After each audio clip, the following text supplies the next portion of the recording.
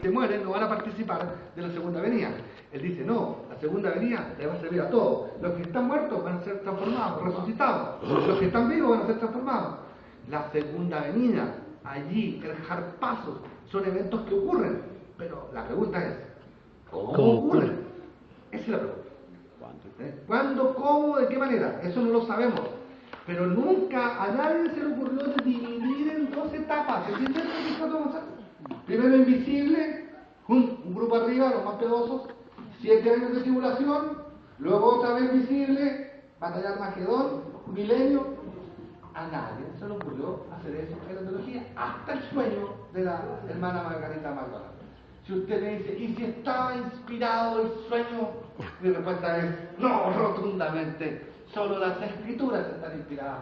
Nunca un sueño que está inspirado, mucho menos un sueño para definir doctrina. Un sueño le puede servir a usted para tomar una decisión personal, pues. Un sueño le puede servir para darle mucho ánimo, fantástico. Pero por un sueño que defina la doctrina, no, eso no lo podría creer jamás. Ahí no tengo ninguna duda. ¿Por qué? Porque por un sueño no puedo entender la escritura. La escritura no se entiende a base de sueños. Pregunta, sí. Refiriéndose al libro de Apocalipsis, que sí querían incluirlo o no querían incluirlo, en el sentido de que, porque fue decisión de una o varias personas, el incluirlo o no. ¿Qué hubiese pasado si el libro hoy día no hubiese estado incluido en la Biblia? Bien. Lo que dice nuestro hermano joven es que si el libro de Apocalipsis pudo no estar en la Biblia, por supuesto. Si usted hubiera sido un sirio, nació en Antioquía de Siria, siglo II, siglo IV, jamás hubiera leído el Apocalipsis. Porque no era considerado palabra de Dios para los cristianos de lengua siria. ¿Y por qué? Porque el libro no se creía que fuera apostólico, pues no era escrito por el apóstol Juan. El libro finalmente quedó en el canon y ahora tenemos que aceptarlo como canónico. Eso, ¿por qué tenemos que aceptar qué divinidad había en las personas que decidieron qué libro colocar en el... Es más amplia la pregunta. Sí, el punto es el siguiente. Que si yo pongo en tela de juicio el Apocalipsis, yo tengo que poner en tela de juicio el canon completo, tanto el canon judío como el canon cristiano. ¿Yo qué hago? Asumo por fe que el Dios que se reveló en la historia, ese Dios guió la tradición, ese Dios inspiró a los escritores y ese Dios guió a los que canonizaron. Y todo lo hago sobre la base de la fe. ¿Qué prueba científica tengo? Ninguna, porque no existe. Yo por la fe asumo que la Iglesia en su conjunto aceptó en el siglo VI el libro Apocalipsis como libro canónico. Pero estoy pensando en la Iglesia de habla siria, porque la Iglesia occidental, la Iglesia romana, la Iglesia de Cartago, ya para el siglo II tenía el libro como canónico. O sea que los problemas fueron en cierto sector de la Iglesia. Si uno pregunta, ¿y por qué los problemas fueron allí? Es porque la escuela de Antioquía era literalista en la interpretación de los textos. Y Apocalipsis, si lo interpretaban literalmente, decían, no, esto es una locura. Entonces por eso mejor se va afuera. ¿Tienen la razón? Al final se quedó en el canon, así que hoy día por la fe aceptamos que el libro es inspirado. Pero el hecho de que sea inspirado no significa que lo vamos a leer de manera literal, porque de hecho la única iglesia que interpretaba literalmente lo había rechazado, porque no quería interpretarlo literalmente. Porque interpretándolo literalmente, el libro parece se transforma en un caos y en un problema. ¿Qué otra pregunta más hay? Hermano Julio. Habla de separación. Uno tomado, uno con Dios, otro sin Dios. Uno con Dios hace diferencia entre creyente y no creyente. Y aquí en la vida ocurre. Este va con Dios, este va sin Dios. Cuando lleguen al final de la vida, el que va con Dios sigue con Dios, el que va sin Dios sigue sin Dios. Las diferencias se perpetúan más allá de la muerte. La segunda venida hace diferencias entre los que son de Dios y los que no están con Dios. Otra pregunta, ¿quién me va a preguntar ahora?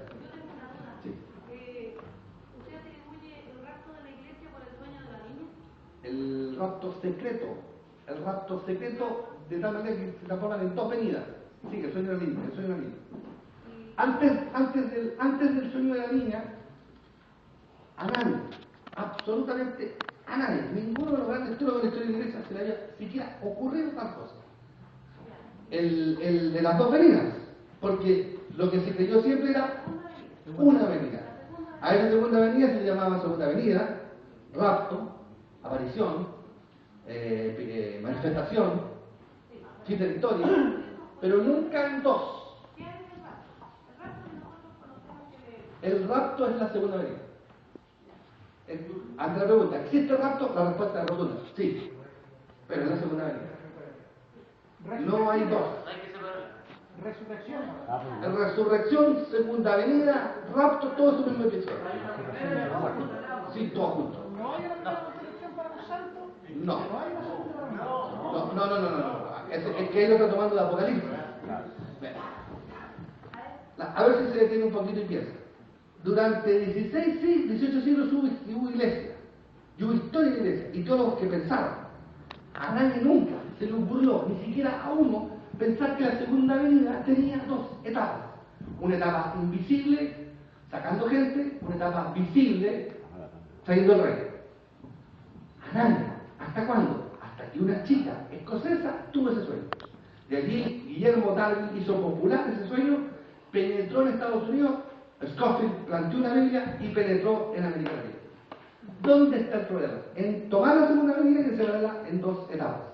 Teológicamente la segunda venida es un solo evento. Se le puede llamar rapto, harpazo se llama en griego, parusia es venida, epifanía o el día de la resurrección. Un solo evento.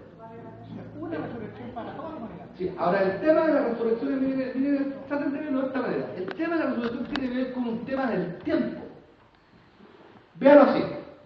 Tengo una abuela, mi abuela querida, Esther, se murió el año 1969. Pregunta, ¿dónde está mi abuela? Mi abuela era una fiel presbiteriana. ¿Dónde está ese señor? Uno, ¿está durmiendo dentro de una nube sin saber dónde está? ¿Está metida dentro de una especie de refrigerador con gas donde la tienen congelada para que la van a despertar en algún momento? ¿Dónde está esta señora? Según los textos bíblicos, si uno acude a los textos bíblicos, para el que llega a la muerte es estar con Cristo. Dice Pablo, para mí el partir es ganancia porque es morir y estar con el Señor. Jesús le dice al hombre en la cruz, hoy estarás conmigo en el paraíso. Significa que la muerte no tiene un estado de inconsciencia, o sea, mi abuela está con el Señor. Para mi abuela el mundo terminó o sigue. Para mi abuela el mundo terminó, o sea que para mi abuela está con el Señor y está consciente y el mundo de acá abajo terminó, o sea que está en otro mundo mi abuela. Y si yo la saliera a buscar con espías y con máquinas, no la voy a encontrar en ninguna parte a esta señora porque está con Dios, pero tampoco más difícil. ¿Con qué está ella? ¿Con qué está? ¿Es un aire ella que se anda paseando al lado de Dios o tiene figura? ¿Es aire o tiene figura? Piensen. ¿Ah? Tiene que tener algo. Porque miren, hay un problema. Nosotros cuando nacemos, ¿de qué es lo único que tenemos conciencia de que nosotros existimos? ¿De qué? De nuestro cuerpo. Yo soy el cuerpo, yo me miro al espejo y soy yo. Y cuando me miré a los 4 años, soy yo. Y ahora que tengo no sé cuánto, soy yo. Y cuando sea anciano, soy yo. Y siempre soy yo, ¿cierto? O sea que tengo conciencia de mí a través de qué? No de la vida, del cuerpo. Por tanto, esta señora, mi abuela, tiene que estar delante de Dios, consciente, vivita y coleando, ¿no?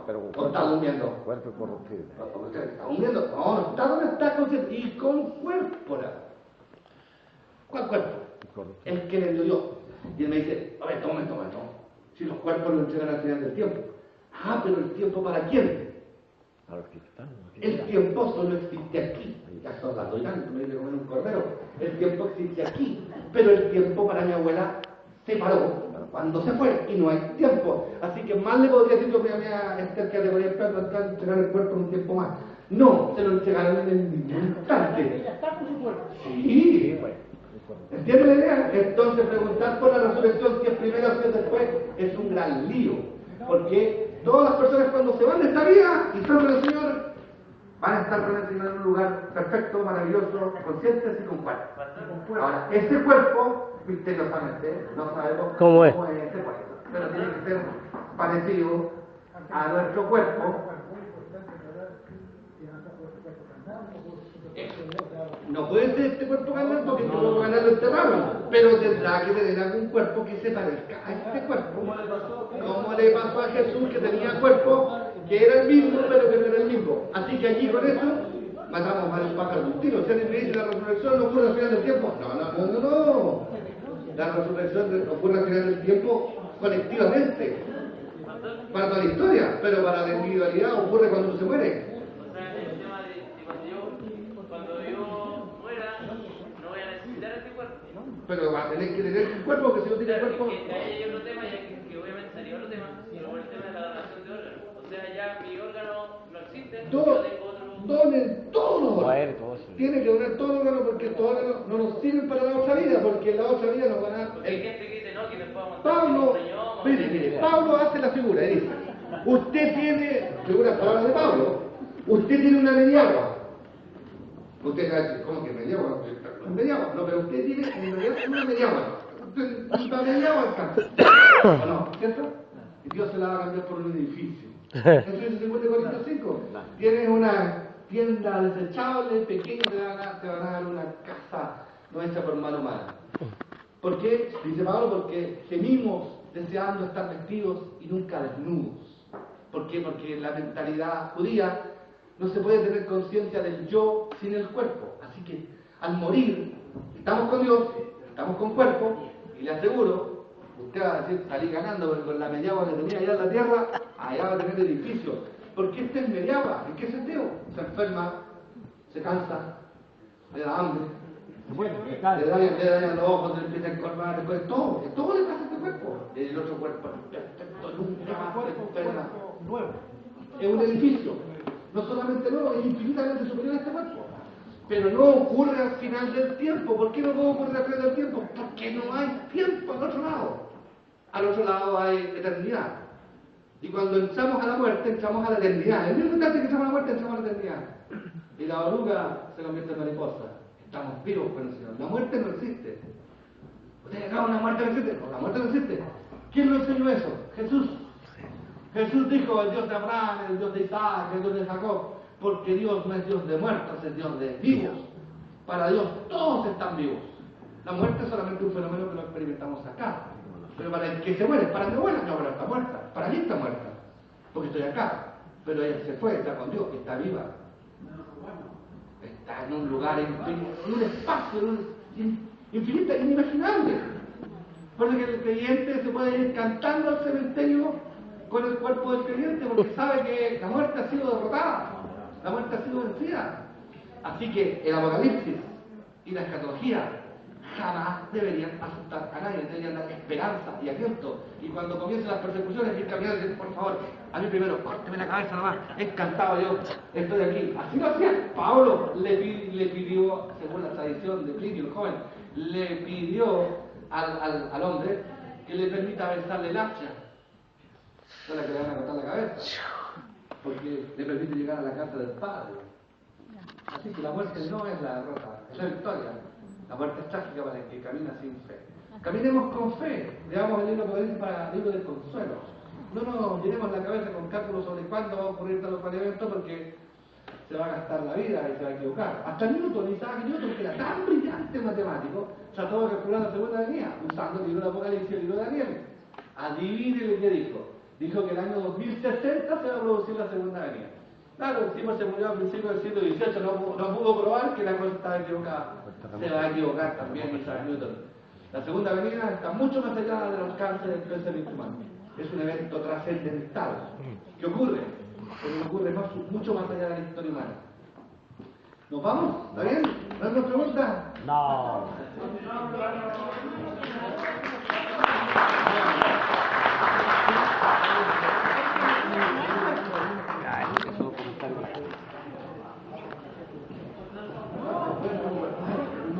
El mismo cuerpo no puede estar en el cielo porque este cuerpo no llega al cielo. Es un cuerpo nuevo, cuerpo glorioso. Ahí está la conclusión. Mire la conclusión del libro Apocalipsis. ¿Tiene valor hoy día el libro? Dale un poquito. ¿Tiene valor hoy día el libro? Sí, es un libro de esperanza y de consuelo. Para eso se usa Apocalipsis. Es un libro con el cual la iglesia, frente a las tiranías, confía en el Dios que está sentado en el trono. Cualquiera que sea la tiranía que oprima a la iglesia, cuando la iglesia sea inocente. Porque si usted se cuelga de la luz y no paga la luz, lo lleva preso por no pagar la luz, no tiene la culpa el Señor. O si alguien es pedófilo y le hace maldad a los chicos, también que se lo lleven preso. Pero cuando la iglesia es inocente y cuando persigue a la iglesia sabe que frente a las tiranías el Señor está sentado en el trono. Amén. Amén. Los invitamos el domingo que viene, tenemos clase nosotros el curso de introducción a los profetas, Isaías, Jeremías, de Ezequiel. Los que quieran ser alumnos pueden venir de oyentes para ver cómo es. Va a ser muy bonito. Invitamos a participar. Yo le he dicho la directora del seminario, la Fabiola Salgado, por favor, si puede usted orar con todos nosotros. Nosotros estamos invitados para la próxima semana, si usted inconveniente puede hacerlo. Traigan invitados a un programa completamente nuevo, no es ligado a otros anteriores, así que cualquier hermano puede ingresar. Nos quedan libritos, vale 5 pesos cada uno, si alguien cree que quedan 4 o 5. Hay varios libros de Apocalipsis, así que pasen por aquí después. ¿Qué precio tiene ese? 5.000 vale cualquiera de estos libros. Oramos al Señor. Escrito por Damos gracias.